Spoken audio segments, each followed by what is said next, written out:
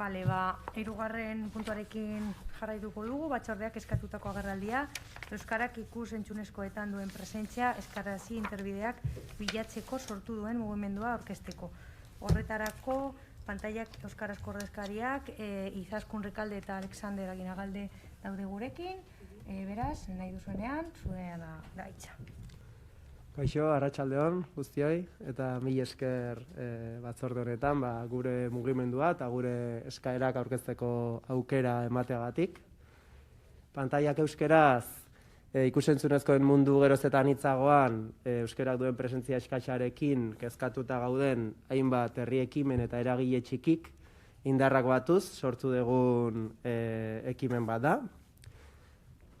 Bertako sorrera edo, kokatu ezakegu, ia duela urtebete, joan den abenduaren bueltan, Disney Plus euskeraz mugimendua sortu genuen Donostiko euskaltzale eta guraso talde batek, eskatuaz plataforma hau euskeraz egon zedin, eta zinemetan ere, aurre eta gazten estreinaldiak euskeraz izan zitezen, eta pare bat hilabetetan, 5.000 sinaura bildu zituen.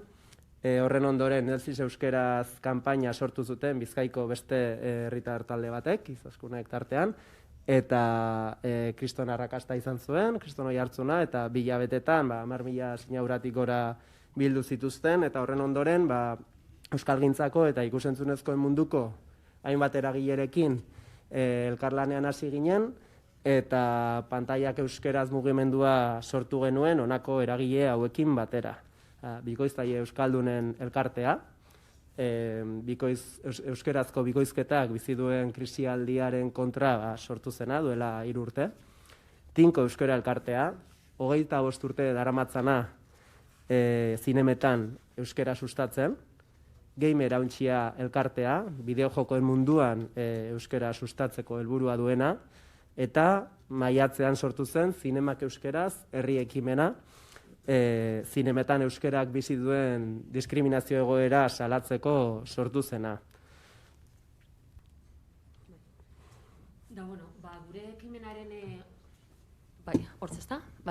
gure ekimenaren oinarriak ulertzeko, azkenengo urteetan bai interneten eta bai plataformetan emandan bilakaera edo iraultza ulertzea eta aztertzea garrantzitsua dela ikusten dugu. Izan ere, iraultza digitalaren da informazioen gizartearen etorrerak ikusentzunezkoen edukien bai produkzioan, ekoizpenean eta baita zabalkundean ere Netflix, Amazon da bezalako eragile globalen agerpena bultzatu du. Eta hoien aurrean ikusentzunezko produktua kontsumitzeko ohiturak asko aldatu dira. Izan ere, kontsumitzaileak eta ikusleria ere gero eta gutxiago dago ohiko operadore tradizionalek eskaintzen edo esartzen dituzten eskaintzen mende egoteko prest. Eta horren seinale dira, alde batetik bai telebistan eta baita zinemetan ere azken urteetan eman den kontsumo ikaragarrizko kontsumo jaitzierak, eta bestalde batetik ere nola plataforma digitalek irentzi egin duten merkatua. Orduan, ikerketek esaten digutenen arabera, egunean bataz beste 14 bat ordu ematen ditugu pantaien aurrean, horietatik 7 ordu interneten, 2,5 ordu sare sozialetan, 3,5 ordu telebistan, eta ordu bat bideojokoetan. Plataforma digitaliago konez, 2015an Euskal Herrira iritsi zirenetik gaur egun arte, asko igon da beraien kontsumoa. 2020ko datuak oinarritzat hartzen baldin baditugu, Euskaldunon 47% kontsumitzen ditugu plataforma digital hauek. Eta gazteen artean, 20-24 adin tarteko gazteetatik, 75% kontsumitzen ditu plataforma digital hauek. Da izan ere, gazteen artean, streaming bidezko ikusentzunezko edukien kontsumoak arrakasta itzela dauka eta azken urteetan asko igo da beraien kontsumoa adintarte edo gazteen artean. Hor datuek esaten digutenen arabera, Netflixen kasuan, gure gazteen 82% kontsumitzen du Netflixa, 42% Amazon Prime eta 20% Disney Plus. Behin kontsumo ohitura hauek ikusita, hurrengo galdera, zein da? zein da plataforma hauetan euskarak daukan presentzia. Eta hor ikusten duguna da, Netflixen kasuan, bere katalogoan 5.500 eduki eskaintzen direla, eta horietatik 3 filme baino ez daudela euskeraz. Disney Plusen kasuan, 3.500 eduki, 0 filme euskeraz. HBO-n, 2.000 eduki, eta 0 filme euskeraz. Prime Videon, 15.000 edukitatik, 2 filme euskeraz. Eta Filminen, 10.000 edukitatik, 75 daude soilik euskeraz. Beraz, diagnostiko oso argia da. Hau da, plataforma hauetan euskara daukan presentzia, hutsaren hurrengoa da. Orduan, honek ze ondorio dakartza? Bai gure gaztek eta gure nerabeek kontsumitzen dituzten ikusentzunezko produktu hoiek gazteleraz, eta, zati edo maila bajuago baten ingelesez kontsumitzen dituztela. Eta beraz, plataforma horietan dauzkaten erreferenteak erdaldunak direla. Zinemei dagokionez, gaineratu behar dugu, 2018an 15 izan zirela euskeraz eskainitako estrenaldi komertzialak. Eta urte berean, 655 espainolez eskainitakoak. Hau da, euskeraz eskainitako estrenaldi komertzialen portzentaia 2%koa baino basuagoa izan zen. Hori estrenaldi komertzialei dagokonez, semanaldietan 1% baino basuagoa. Eta bestetik, beste datu esanguratsu bat, 1589 bikoizketa ordu euskaraz egin ziren 80. hamarkadan, eta 2019an 222 ordu. Baina 222 ordu horietatik gaztelerak barne. Beraz, atara kontuak, euskaraz zenbat bikoizketa ordu egin ziren. Sare sozialen kasuan, edo sare sozialei begira, kasu honetan, ikusentzunezko edukiak sortzeko balio duten sortzaile plataformak dira arrakasta gehien daukatenak gazteen artean, baina kasu honetan YouTube, Twitch eta horrelako plataformak aztertzen baditugu, ia ez dago euskerazko edukinik, bertan ere ez. Beraz, ondorioz, gaur egun dagoen telebista kate, plataforma digital, YouTube eta bestelako eskaintza anitzean, euskarak oso presentzia txikia, murriztua, eta kasu batzutan, eremu batzutan, ia desagertua dauka.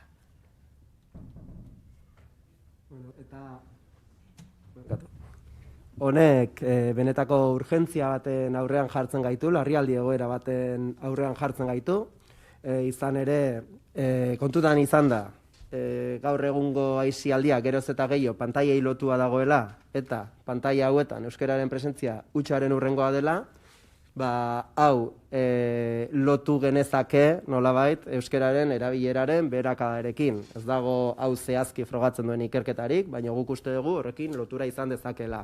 Eta zein da euskararen erabileraren inguruan dauden azken datuak?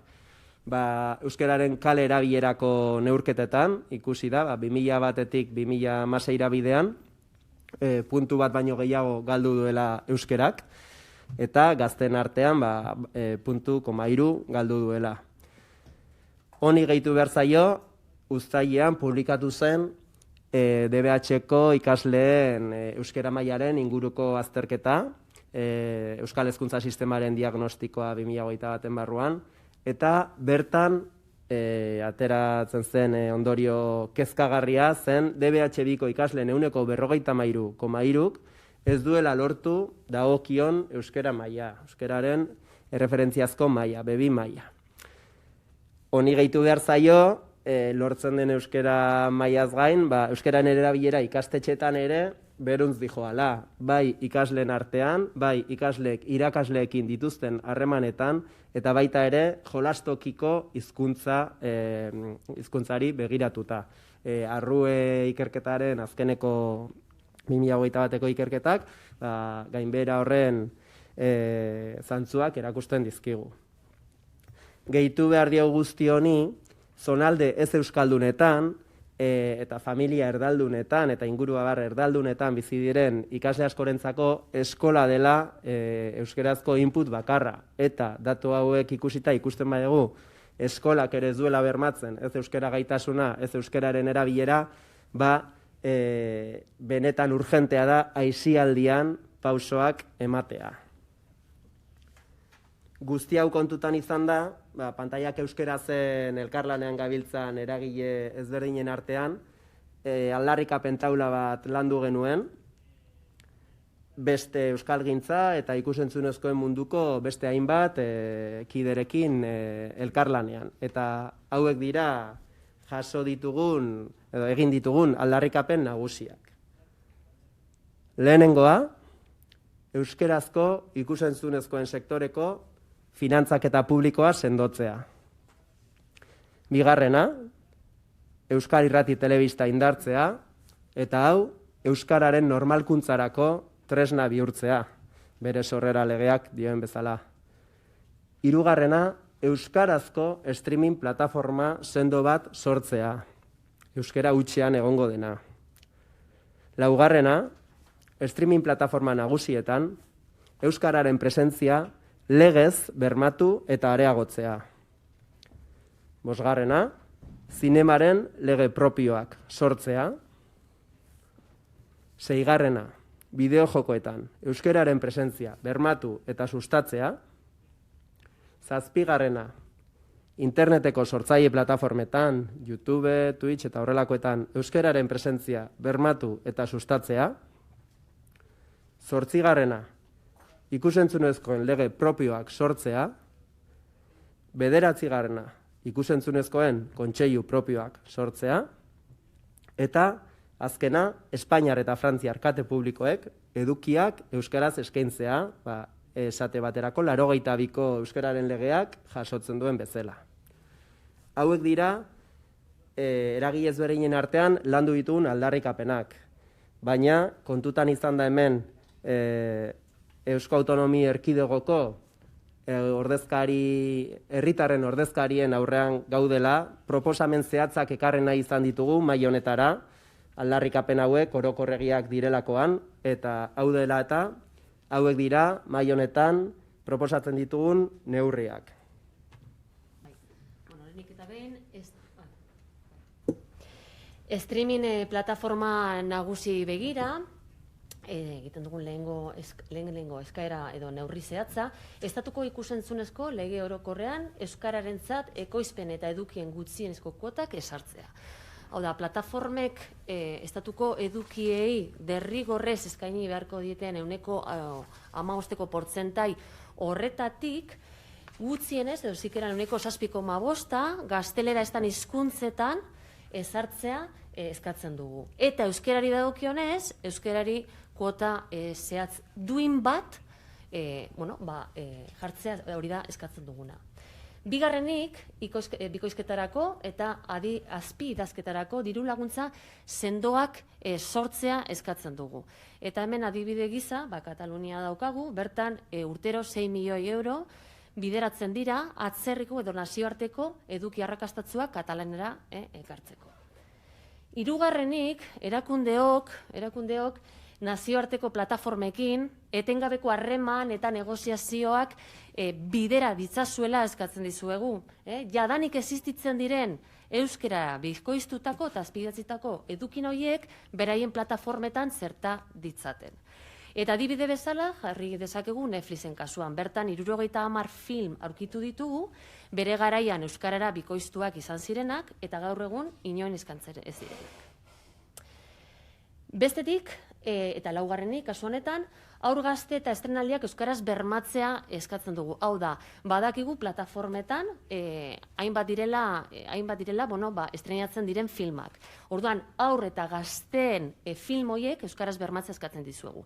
Eta berriz ere, Katalunia bueltatuta, bertako erakundeek Disney Plusekin adostu zuten, haurren filmen estrenaldiak katalanez eskainiko zirela.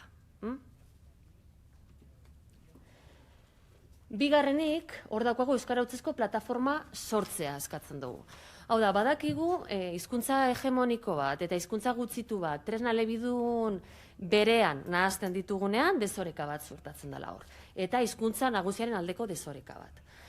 Beraz, kasu honetan, bai erakunde pribatuen ekimenez edo bai erakunde publikoak sustaturik, sortzen den euskal plataforma hori, euskara hutsezko plataforma bat izatea eskatzen dugu. Eta badakigunez plataforma hori edukinez jantzi egin behar dela eta ikusleentzako erakargarria izan behar dela, bertako ekoizpenez gain, nazioarteko edukin arrakastatzuenak euskarara bikoiztu edo azpidatzi eta plataforma horretan txertatzea beharrezkoa dela ikusten dugu. Jakin badakigu herri txikia garela eta tamainez eta baliabidez ere gure ikusentzunezko industria mugatua dela.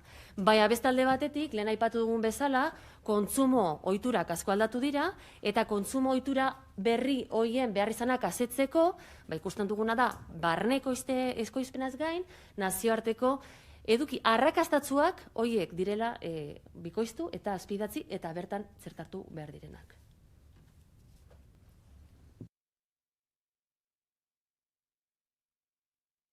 Hirugarrenik, zinemari dagokionez, lehen aipatu dut 1982ko euskararen normalkuntza legeak, bere 22 eta 25 artikuluetan esaten duena ez direla betetzen ari erakundeak, eta beraz zinemetan euskarak bizi duen diskriminazio egoera larriari konponbide bat eman behar zaiola. Gainera, kontutan hartu behar dugu, gaur egun, zinema geroz eta lotuago dagoela plataformei eta interneti. Eta kasu askotan, zinemako estrenaldiak batera egiten dira, zineman eta plataformetan, edo beste batzuetan, zuzenean, plataformetan estrenatzen dira. Honi begira, honako neurri hauek proposatzen ditugu. Alde batetik, plataformekin ere aipatu egun bezala, haur eta gazten estrenaldiak euskeraz bermatzea. Kataluniako 2010ko zinema legeaz geroztik, han derrigorrezkoa da haur eta gazten zinema estrenaldiak katalanez eskaintzea, hemen antzeko neurriren bat eskatzen dugu.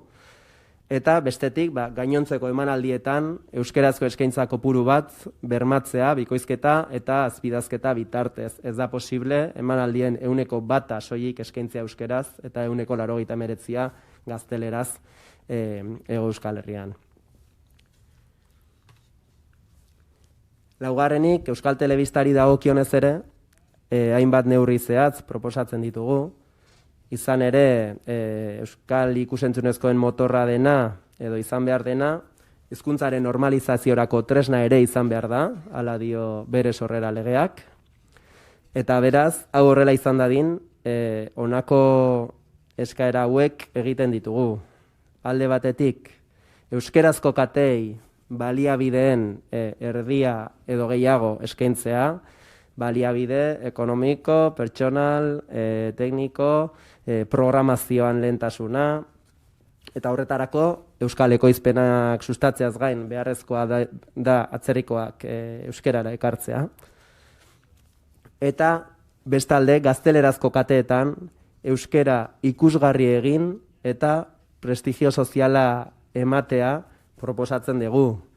Horretarako, kirol eta kultura munduko erreferenteak euskeraz ager daitezela lehen etxiz, erderazko kateetan.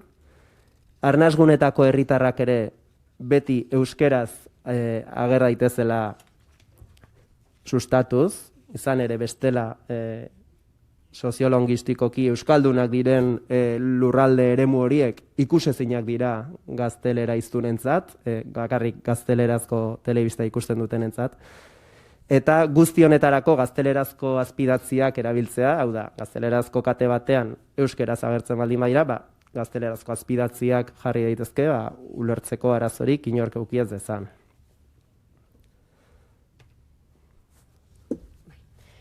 Eta, aipatu ditugun neurri guzti hauek, berme guztiarekin aurrera eraman izateko, beharrezko ikusten dugu lege propioak garatzea. Hau da, euskal ikusentzunezkoen eta euskal zinemaren lege propioak garatzea. Eta hauek, ezarriko lizkieke, bai plataformei, telebistei, baita diru laguntzei, eta zinemei, kasu honetan, hizkuntz eskakizunak. Eta lege propioez gain, ikusentzunezkoen mundu geroz eta anitzago honetan, gardentasuna, aniztasuna, haur eta gazteen babesa, publizitate araudiak, ikusentzunezko legeak eta hizkuntza eskubideak zaindu, bermatu eta betearaziko dituen kontseilu bat sortzea beharrezko ikusten dugu.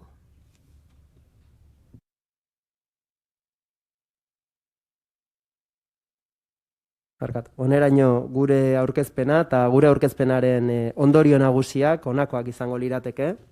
Lehenik, pantailetan euskararen presentzia simbolikoa dela, gure bizitzetan geroz eta presenteago dauden pantailetan, mugikorrak, tabletak, ordenagailuak, smart TVak, euskararen presentzia erabat simbolikoa dela. Honek, erabateko eragina duela hizkuntza ohituretan, hau da, aisialdia pantailei lotuta baldin badago eta pantaila hauetan aurrek gazteek zein helduek ez badegu euskerazko erreferenterik, horrek erabateko eragina du gure hizkuntza ohituretan eta oso kaltegarria izango litzateke beraz horrela jarraitzea euskararen etorkizunarentzat. Eta horregaitik guk uste dugu estrategikoa dela pauso, sendo eta ausartak ematea erakundeen aldetik egoera honi aurre egiteko. Uste dugu euskera gatazka politikoetatik kanpo, eztabaida politikoetatik kanpo egon behar dela, kontsentsu handiak behar dituela eta euskararen etorkizuna ziurtatzea eta bermatzea guztien, ordezkari politiko guztien lana dela, eta horretarako pauso sendo eta ausartak hartzea beharrezkoa dela. Esate baterako, orain ikusi dugu, Espainiako ikusentzunezko legearen inguruan, bai egon dela Eusko Legebiltzarrean halako, gutxienez 4 alderdik sustatutako adierazpen bat, ikusentzunezko lege horretan euskerazko kuotak bermatzea, euskeraren presentzia bermatzea eskatuz, guk uste dugu hori dela bidea, kontsentsu zabalak behar dituela euskerak, aurrera egingo badu. Eskerrik asko. Bai, mi esker. Eskerrik asko, Rekalde Anderea eta Aginagalde jauna egindako aurkezpenagatik.